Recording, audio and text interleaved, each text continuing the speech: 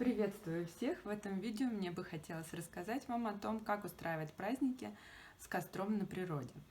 Для чего же вообще что-то праздновать на природе и разжигать костер? Хотя бы для того, чтобы уйти от городской суеты и окунуться в атмосферу естественных ритмов природы. Это единение с миром и с самим собой.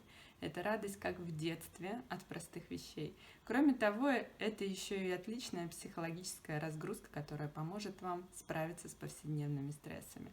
Все это происходит во время нашей сонастройки с природой. Праздничный костер же служит порталом в иные, скрытые от наших глаз миры. Его мы используем для общения с силами, к которым обращаемся во время праздника. Какое место выбрать для костра и гуляний?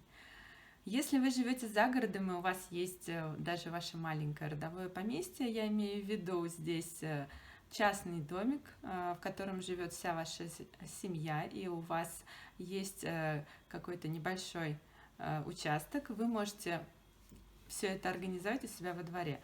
Тогда вам стоит обложить какое-нибудь специально отведенное для этого место камнями, и таким образом у вас будет пространство для таких вот праздников.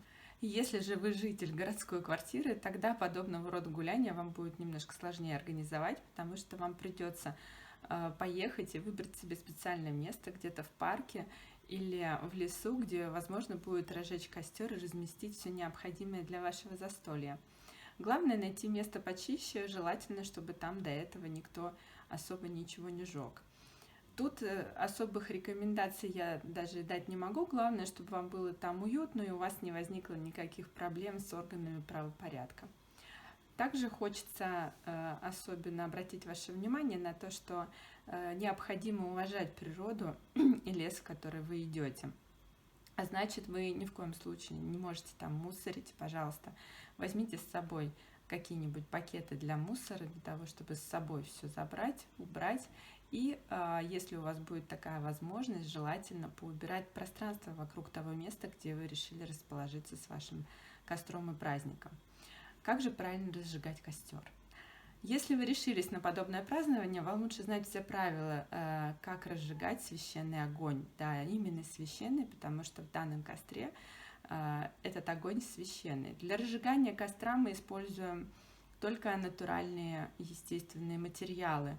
Что мы можем использовать? Значит, мы, конечно же, можем использовать зажигалку для того, чтобы что-то поджечь, а так вообще спички, чистую бумагу, без надписи, не надо использовать никакие обертки, мусор и газеты. Можно использовать картон, можно использовать солому, дрова, поленья, лесной хворост. Нельзя использовать всякие горючие смеси, стимуляторы для огня.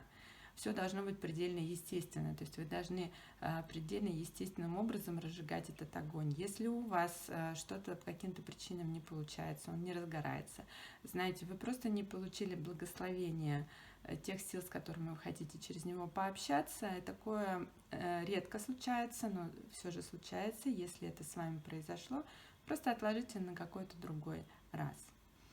Праздничный костер священен. Что же это значит?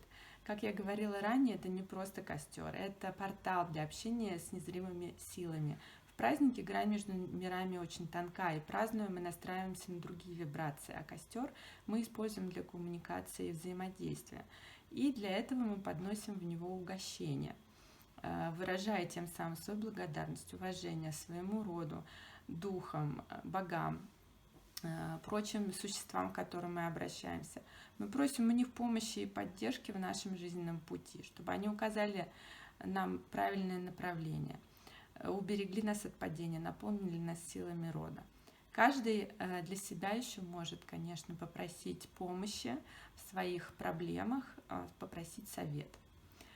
В костер кладите, пожалуйста, исключительно свои подношения в виде еды и напитков. Больше ничего туда бросать нельзя. Никакого мусора или окурков, чтобы не осквернить его и не вызвать гнев с тех сил, с которыми вы в тот момент взаимодействуете.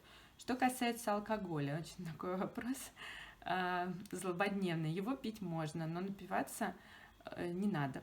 Не стоит этого делать, потому что, опять-таки, вы можете осквернить праздник таким образом.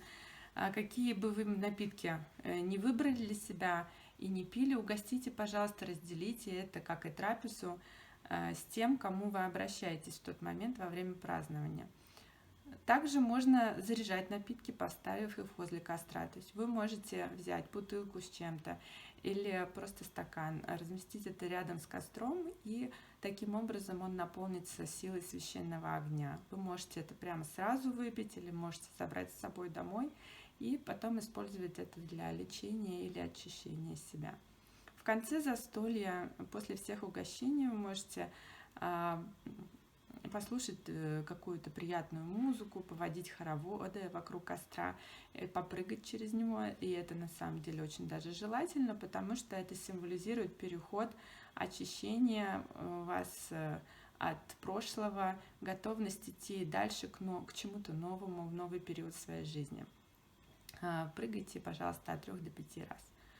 Давайте еще раз повторим, чего же нельзя делать с костром для того, чтобы не осквернить праздник и не вызвать гнев. Да? Нельзя подкуривать от него сигареты, нельзя бросать туда никакой мусор, нельзя готовить на нем себе еду.